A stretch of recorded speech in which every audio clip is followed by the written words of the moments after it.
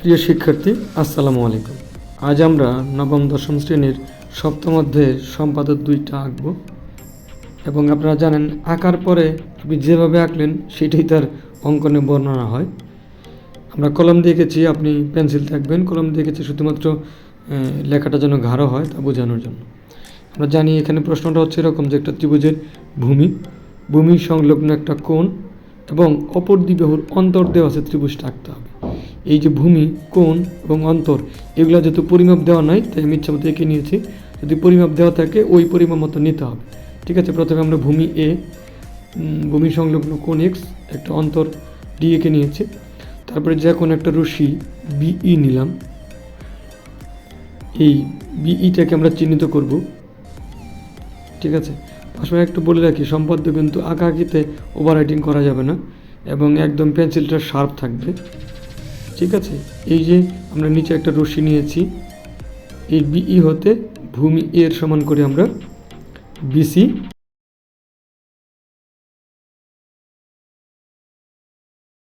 কেটে নিব। আপনার পেন্সিলটা খুবই সূক্ষ্মভাবে বসাবেন যেন নড়চড় না হয়। আমরা এই বিই রশ্মি হতে এর সমান করে আমরা একটু বিসি কেটে নিলাম।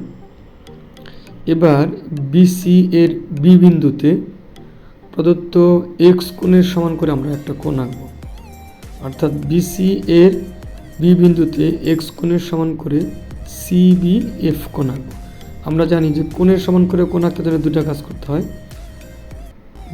দুইবার একটা চাপ নিতে হয়। আমরা দুইভাবে দুটো চাপ নিয়েছি কোণের সমান কোণ আঁকার জন্য। আমাদের কোণ আঁকা প্রায় শেষ। আমরা যোগটা খুবই সূক্ষ্মভাবে যোগ করব এবং যোগটা যেন খুবই সুন্দর হয়, সূক্ষ্ম হয়। সূক্ষ্ম না হলে দেখবেন যে আপনারা এই সম্পাদ্যটা মিলবে না। ঠিক আছে, এটা আমাদের করতে হবে। এবার আমরা এই যে বিএফ থেকে, যদি অক্ষর আমরা এখনো দেইনি, বিএফ থেকে ডি এর সমান করে আমরা বিডি কেটে নিব। বিএফ থেকে ডি এর সমান করে আমরা বিডি কেটে নিব। সি এবং ডি আমরা যোগ করব। এখানেও যোগটা খুবই সূক্ষ্মভাবে করব এবং যোগগুলো যেন পারফেক্ট হয় সেটা আমরা খেয়াল রাখব।